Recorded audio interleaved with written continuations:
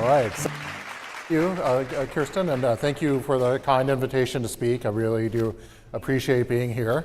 And thank you for coming, everyone.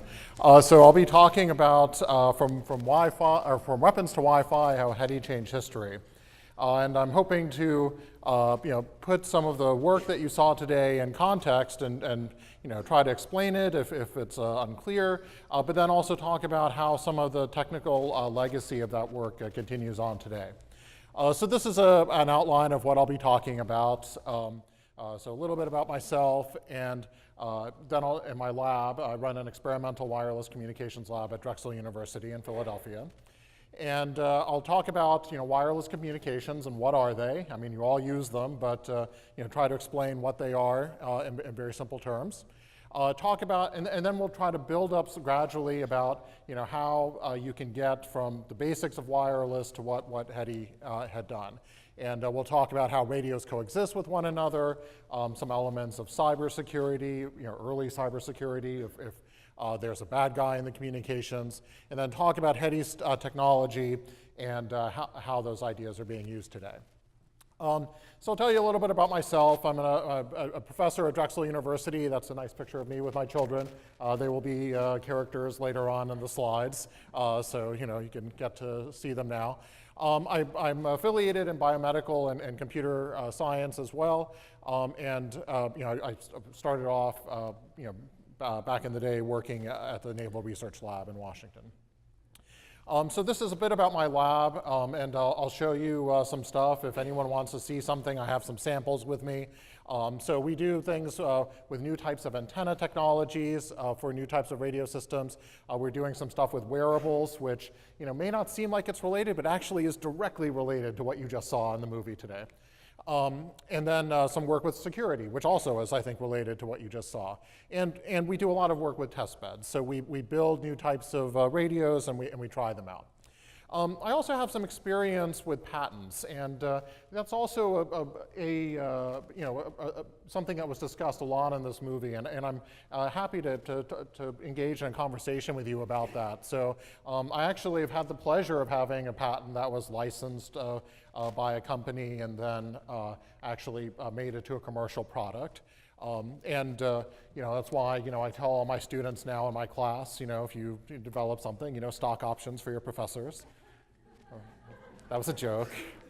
I was just kidding, or was I kidding? All right, so maybe not.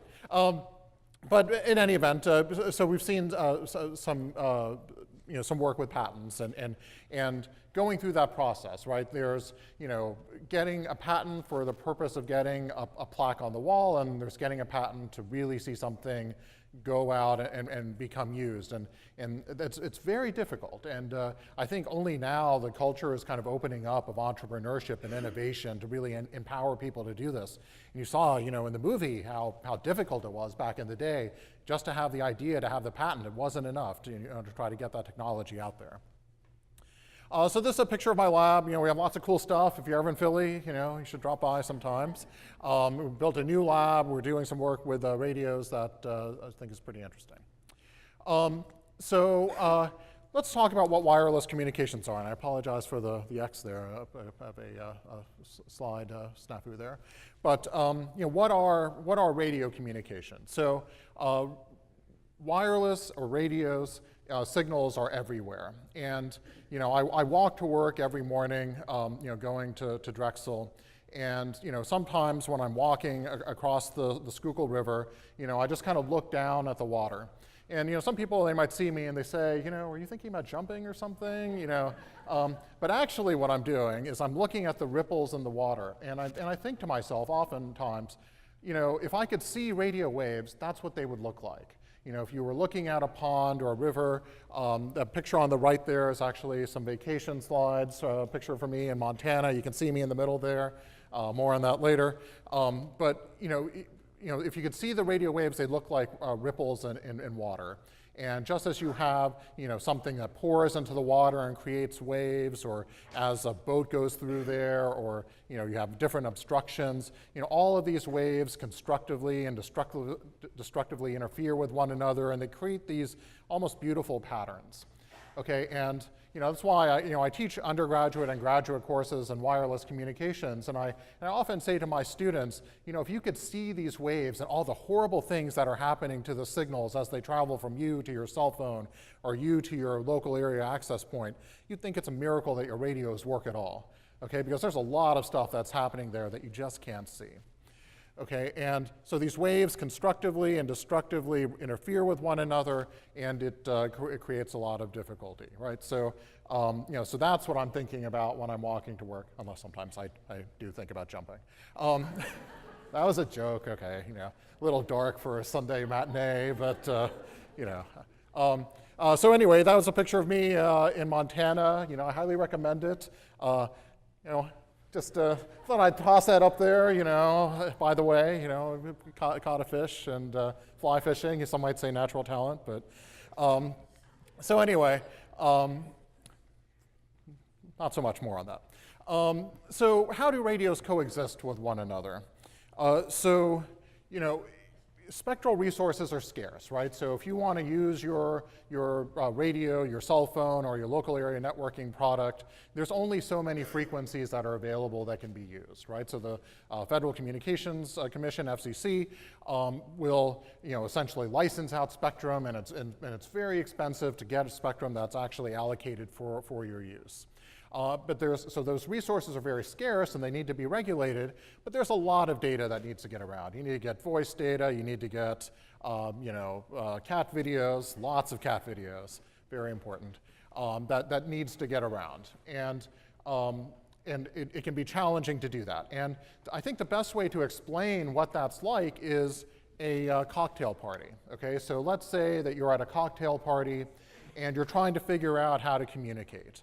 Okay, the spectrum, the audio spectrum in the cocktail party cases is very, very crowded, right? There could be lots of people talking, and it can be hard to get communications edgewise. So there are different strategies that you can use, and just as in the movie, Hedy was talking about when she talked with Howard Hughes about, why can't you make your planes more like fish so that they'll fly better? There's a lot of inspiration that we get in engineering from biological systems, right? And this cocktail party analogy is one of them, right? So what would you do if you were in a cocktail party and you're trying to communicate? How would you get the message across? Yeah, you could talk louder, okay, but there's a problem with that. If everybody does that, you've just got a bigger problem. But yes, that's an example of what's called power control, and that's definitely done by modern radios. Yeah. Get closer to people? Yeah, so you can get closer to people. You can move around. You can separate yourself from interference, and that's actually the idea through which cellular communications work, right? The way your cell phones work. There's not just one big radio tower that's serving all of the users' cell phones, because if you did that, you wouldn't be able to serve that many people. What you can do is have those actual signals be transmitted at less power and actually reuse those resources. So you can use a frequency here, then you can space it out and use it again and again and again. So that's an example of spatial reuse.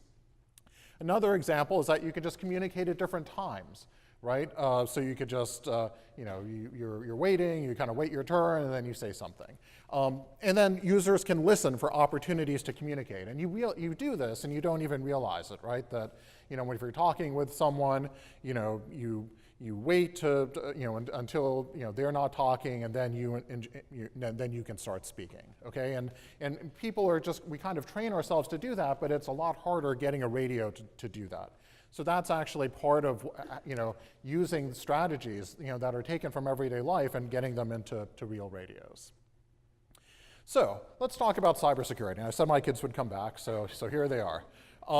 So let's say that there's a bad guy, okay, and this is just part one. There's no bad guy here yet, right? So let's say you've got desired communications. You've got one transmitter and one receiver. Let's keep it simple, okay? Forget the cocktail party thing. Let's just focus on one transmitter, one receiver. So I've got kid one who wants to communicate with kid two, but the wireless medium is inherently insecure, right? So as much as we like to think when we're sitting in Starbucks banking, on our cell phones that, our signal is just taking a laser beam path to, where it needs to go, the truth of the matter is there are a lot of people who can hear those signals, okay? And So the wireless medium is inherently insecure, okay? Just because, again, see my analogy of ripples in a pond, right? So you could think about that cocktail party in a pond. Well, that got a little weird.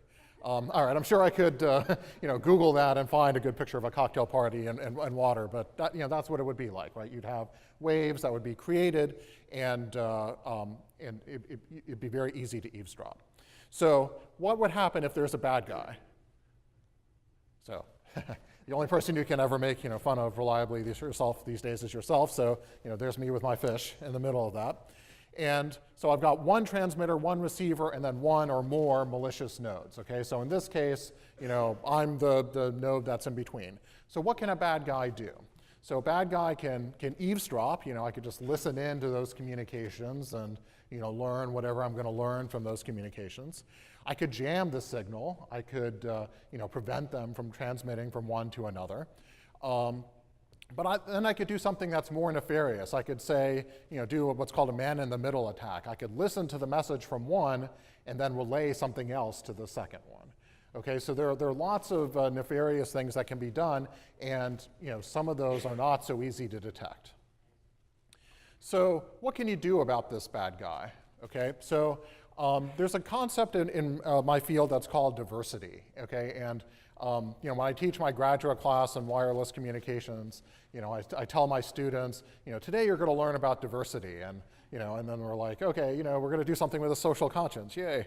But then I tell them, okay, you tell them you're learning about diversity, and then run away from them before they can ask you any follow-up questions, because it's going to get mathematical really quickly. But let's talk about what diversity actually is. So diversity is the idea of, according to Webster, having including different perspectives, right? So having something that's composed of different elements, including different types of people, and to get different perspectives to improve an organization. So in communications, what diversity refers to is the ability to combine different branches to get something better than what a single branch could do alone. Okay, and there are different types of diversity, and you actually saw an example of it in the movie. So different types of diversity is temporal diversity, there's frequency diversity, or spatial diversity. Okay, so let me give you a simple example of temporal diversity. If you repeat a message, it's more likely to get through. If you repeat a message, it's more likely to get through. That was a little temporal diversity humor there. Okay, so I repeated the message twice. But the first time when I said it, maybe you were thinking about the awesome fish I caught or something like that. You were distracted by something, or maybe the second time when I said it. So the point of the matter, the fact of the matter is that between one of those two messages, when I said it, you would receive the message, right? That would provide some element of protection in case one of the messages had been jammed. Okay, so that's an example of that. So how can you apply this idea to Hedy's solution, right? So again, there's this player piano analogy that was made in the movie that I think was really good. And again, I'm sorry for the X's there. So that shows the picture of a player piano. So let's say that you've got the player piano and you've got the rolls of music there that are kind of synchronizing those things together. The picture on the right there shows actually real radios and how they would hop from one frequency to another over time. Okay, so instead of just transmitting at one frequency, you do what was referred to in the movie as frequency hopping. You jump from one frequency to another, and it makes it very hard for someone to listen in to see if someone is actually listening, or it makes it very hard for someone to listen in and see your signal, and it makes it very hard for someone to jam your signal because it's expensive to jam. You can't just take out everything. If you jam in one frequency, when you jump around, the idea is that if you were jamming in a single frequency, that you would only be impacted a small fraction of the time. But the trick is with frequency hopping, which wasn't really described that much in the movie, is that the transmitter and the receiver need to be on the same page, right? If you're jumping from one frequency to another and your receiver is jumping from one frequency to another, if they're not synchronized, they're not going to be communicating at all. So that's where this player piano analogy came in. If you have those notes that are rolling, and those dots correspond to frequencies that are being used at a given time, if you distribute that same sheet music, as you saw the synchronized player pianos, from one to another, you can have the transmitters and receivers be synchronized with one another. And that's what's referred to as frequency hopping. And that's that was really the heart of the technical innovation that was shown. Now, one of the problems with that is sometimes when you patent something before it can actually be really reduced to practice and used in a product, right? So there was the comment that was made in the movie about, what do you want us to do? Put a player piano on a torpedo. It can be difficult to actually get the electronics to do that synchronization in a smaller form factor that it could be used. And that's, I suspect part of the reason why it wasn't used during the lifetime of Hedy's patent. But there's a related idea to frequency hopping, is that you take your information and you spread it out across all different portions of the spectrum, okay? And that's referred to as spread spectrum. And these ideas are actually used in a bunch of different systems today. Wireless local area networks, I'm sure you all have wireless routers in your homes. IEEE 802.11b uses frequency hopping. Short-range connectivity with Bluetooth, if you ever use those headphones, that's using Bluetooth technology, that's using frequency hopping. There's ad hoc networks that are commonly used today by the military. They use a lot of frequency hopping, sensor networks, and radio frequency identification. So how do we build on these ideas, right? So these ideas are still being developed. So we're actually at Drexel working on a program that's called the Darpa Spectrum Collaborations Challenge. And this idea behind this competition is that you use radios that use biologically inspired algorithms to sense what's around them and to communicate, right? So to go back to that cocktail party analogy, to figure out ways of drawing more inspiration from the way that those types of social networks work, and then applying that to different radios, to make what are called collaborative radios that can work out amongst themselves how to communicate and how to get them to interoperate. So to go back to the analogy in the movie, the radios themselves need to be able to make the player piano music to decide when and where they're going to hop to different frequencies. The radios have to decide that themselves. There's also medical RFID and the Internet of Things.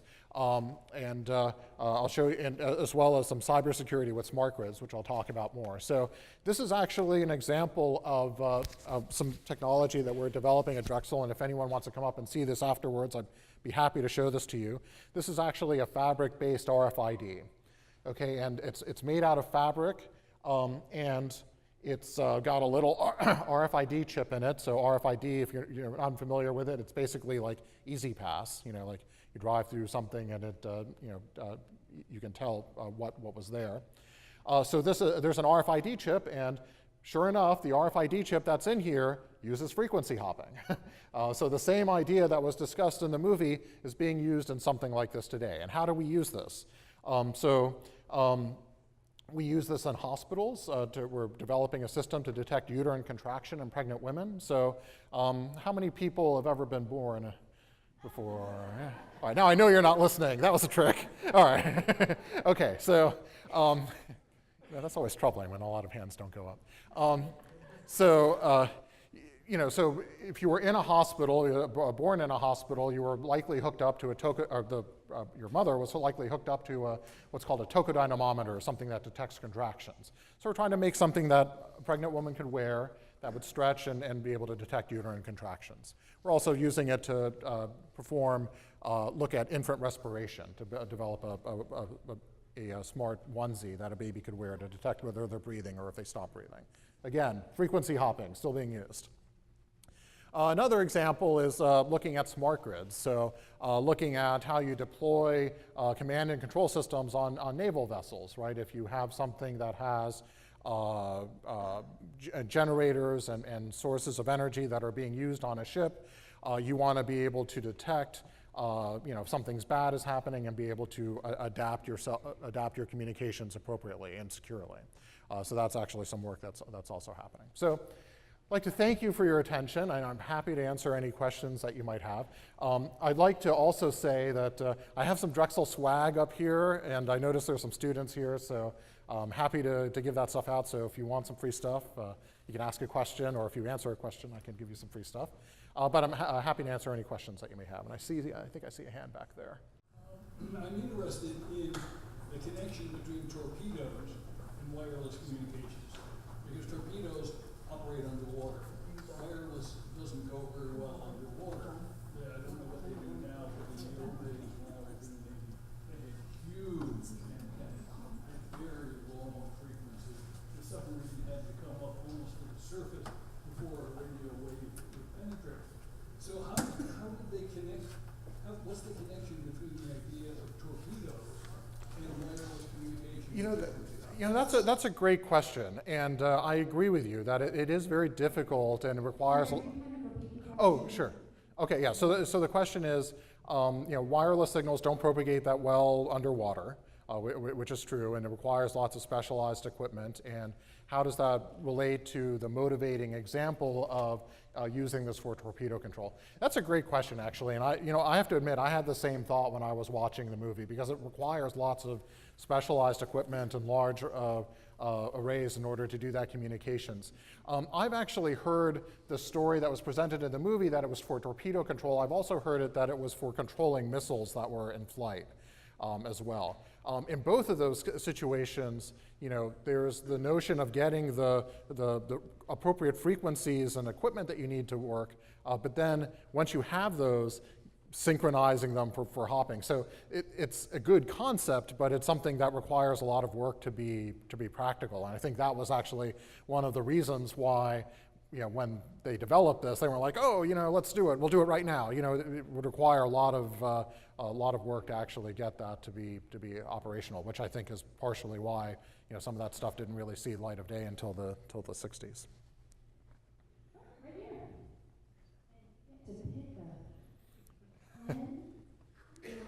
Ask a question and get a fidget spinner. So. All right. Thanks for the fidget spinner, guys. Is that like a last year thing that I did myself? Oh, I like to stick to old trends. Okay, my question. Sure.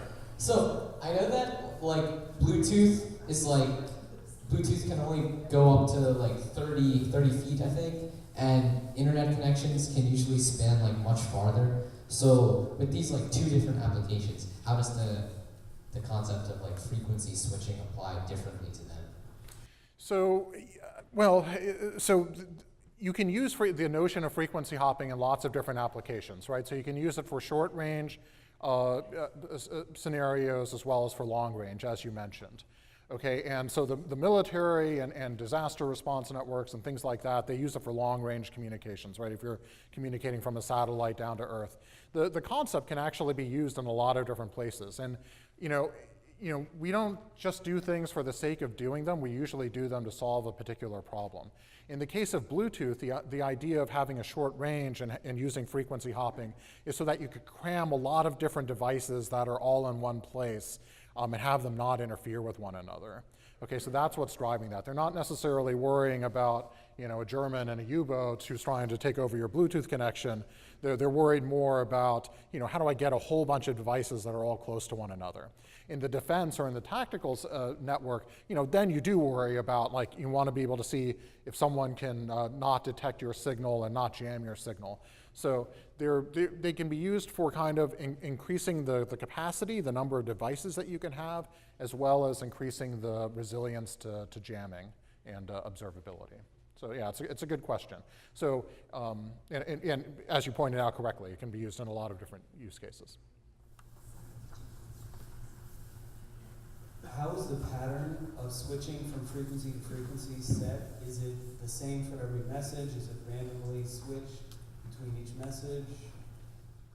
Yeah, so that's the question is, so yeah, you were speaking in the microphone. So it's, it can be done randomly. Okay, now, and you can have set hopping sequences. So if you have, say, tactical radios, and you're trying to synchronize from all of the people in a particular battalion or some other military group. You could distribute the hopping sequence among a set of established hopping sequences.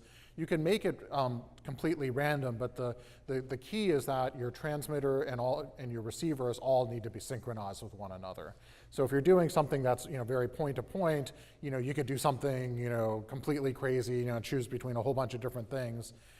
But if you're sharing it among lots of users, you need to maybe share between a set of known hopping sequences and maybe choose which one you use. So the beauty of the concept is that it can be used really in either one of those scenarios.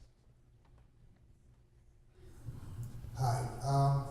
My question has to do, can we run out of bandwidth? I've used wireless microphones just like this, and it's 2 times in the past 10 years I had to sell my microphones because that bandwidth had been sold to, I guess, FCC sold them to T-Mobile and other wireless communications. Absolutely, yeah. So we can and we will run out of spectrum. And one of the defining characteristics of my field working in wireless communications is that we try to figure out ways to make the spectrum go as far as we possibly can. Right, so that they're repurposing over-the-air television transmissions to make use of spectrum, to make that spectrum available for new types of systems.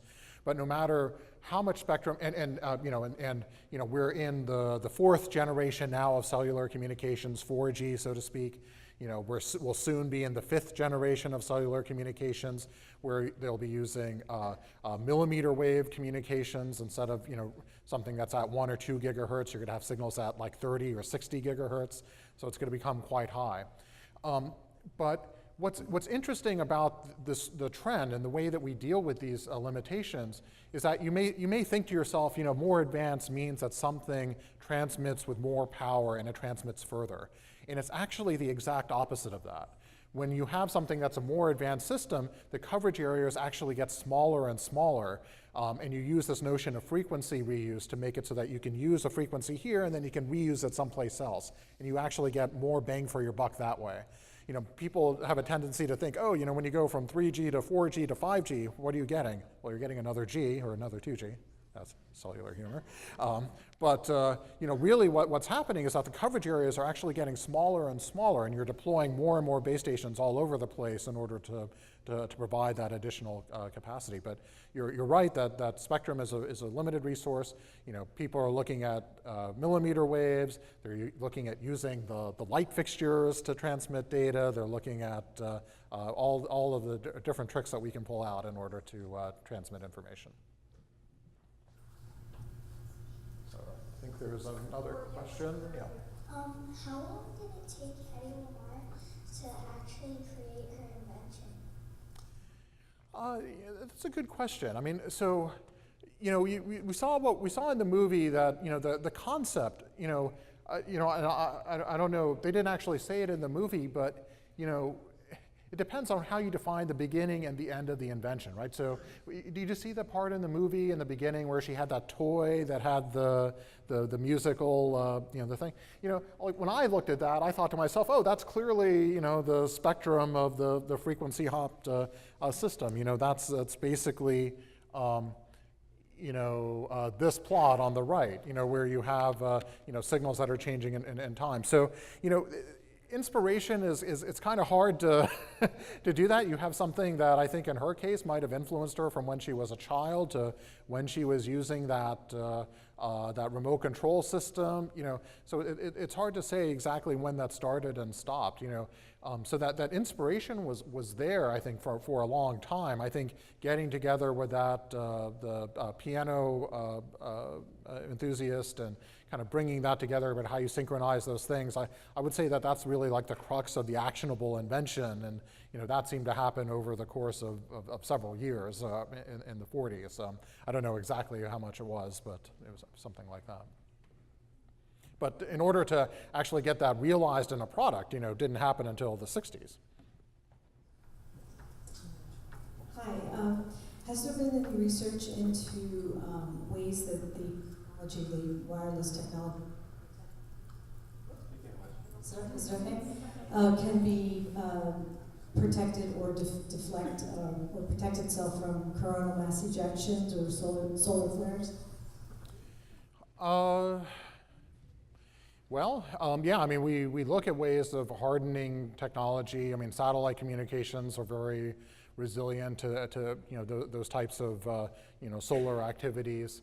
I mean, as I said, our systems tend to get smaller and smaller, and when we think about cell phones and base stations in the future, they aren't going to be necessarily all just on towers on the roadside. They'll be inside the floors of individual buildings behind the so it'll be harder and those won't be as affected by solar activity as say some satellite that's in space. So there's certainly benefits of some of the ways that technology is being developed.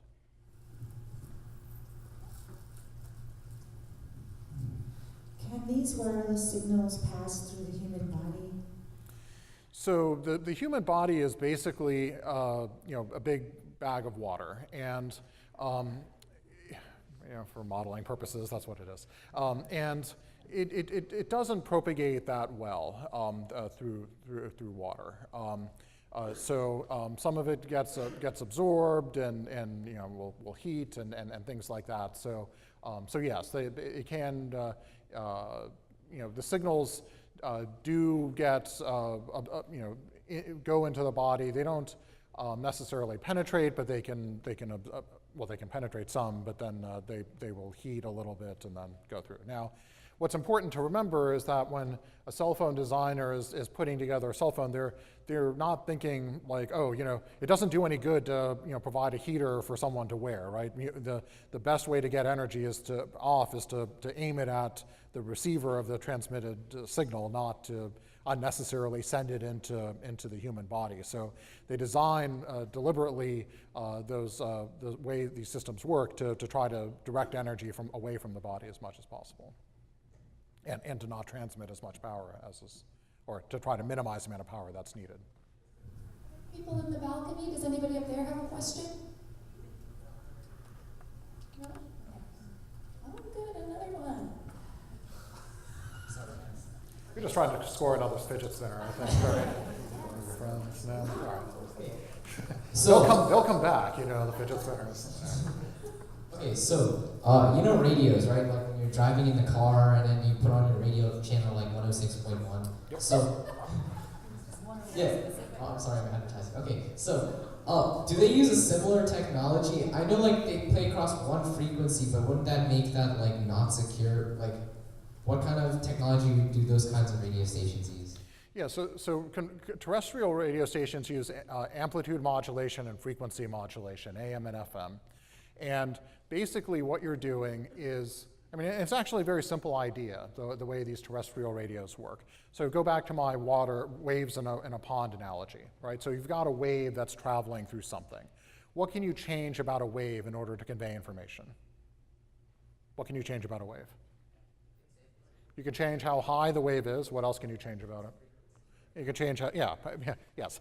So this is that was a test, right? So it was either like this or like that, right? So I often say I'm an engineering professor, not an interpretive dance professor, but yes, a gestural answer is fine in this case. You can change the height or you can change the frequency, and that's the way that those radio stations work. Did I mention there was going to be a test after this?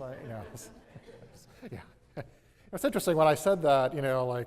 I noticed some of you looking at the exits, and I noticed some of you grasping your significant other more closely. I'm definitely going to cheat if there's a test. All right. So, but getting back to your question, the amplitude and frequency modulation, that's the way that terrestrial radios work, and they're not supposed to be secure, right? You use 106.1 or whatever radio station that's there, and everyone should know that because they want to listen to that one station, right?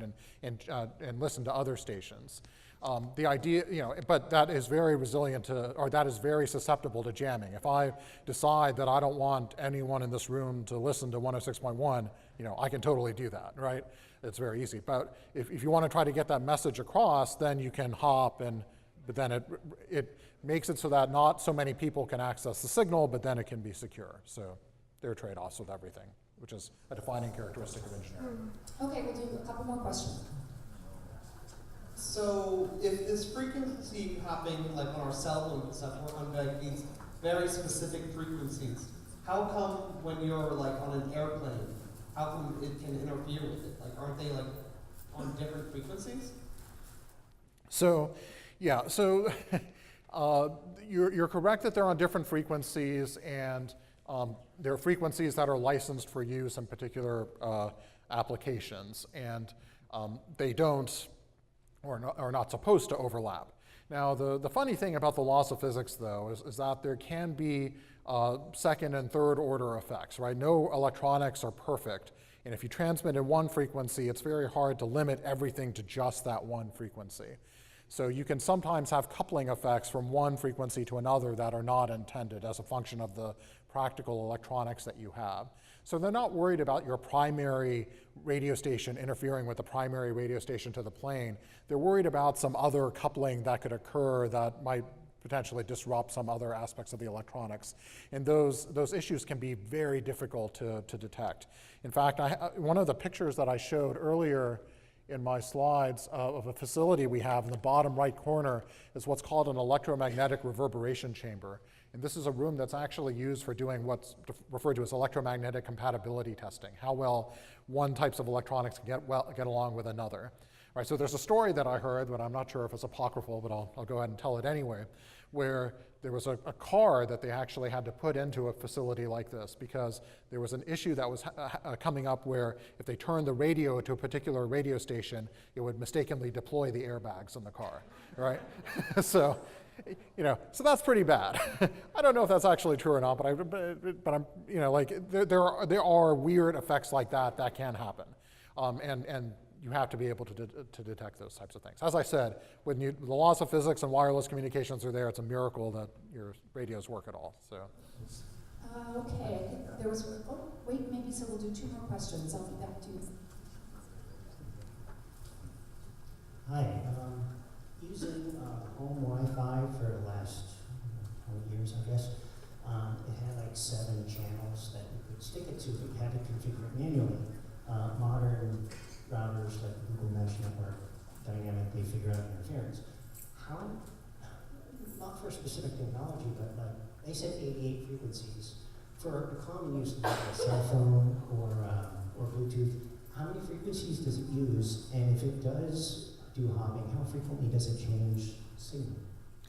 So the signals are actually, in systems today, the switch time is on the order of milliseconds, so it's pretty fast, and it's the number of frequencies, in something like this, I believe it's it's on the order of several dozen, right? Several dozen frequencies. So it's moving, it's hopping around and doing that. Now, what's important to also consider is how much information is being used, as well as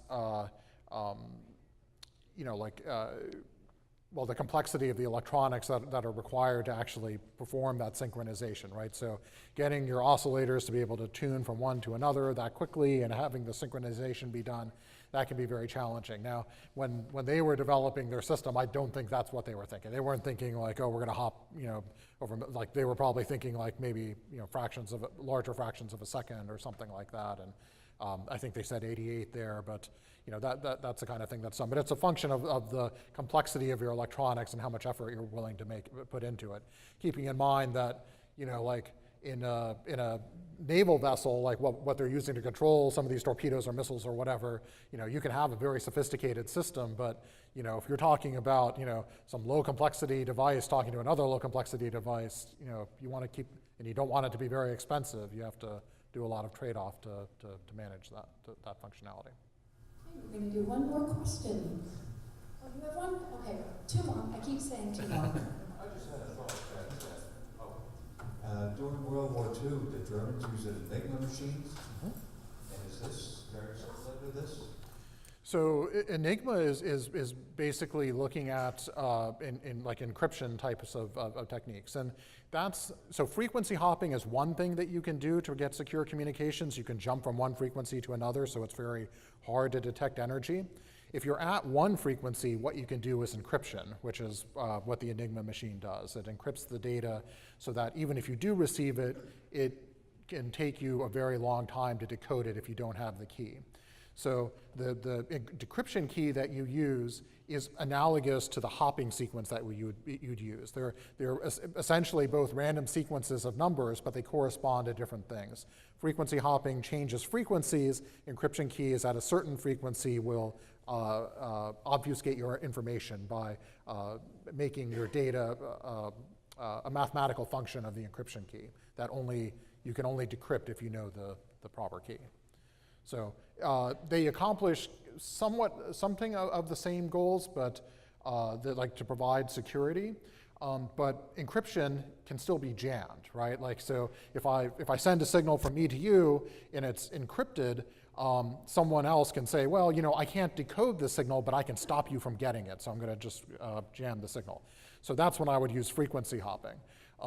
If I use frequency hopping, it's going to be hard for someone to say that if I'm actually transmitting to you, but then it's a little bit harder, because you and I have to agree on our hopping sequences and things like that. So there's a time and place for both of them, and you can actually use both of them together if you want. Yeah, they are related, but not the same. Is there a way to see these radio waves, and are they studied much like aerodynamics would be studied? Yeah, so we have some visualization systems that we use to simulate radio waves, and so we can take models of cities and we can apply the laws of physics and kind of see what this would look like. It's actually kind of interesting. One of the things that we're doing in the lab now in that area is we're developing a system using augmented reality so you can actually see the radio waves. And the reason we're doing this is actually kind of complex, but you asked and I'll answer. So, I'm an engineering professor. I'm an electrical engineering professor, and I teach things relating to cybersecurity. But I look with envy at BattleBots. Have you ever seen BattleBots on TV? No? All right. So anyone seen BattleBots? No? Yes. Okay. All right. So if you haven't seen BattleBots, it's robots that are smashing one another and throwing flamethrowers at one another and stuff like that. It's a great commercial to be a mechanical engineer, right? Because but if you could see but with radios, there's a lot that's going on, right? People could be hacking into it, you're trying to defend, but you can't see any of it.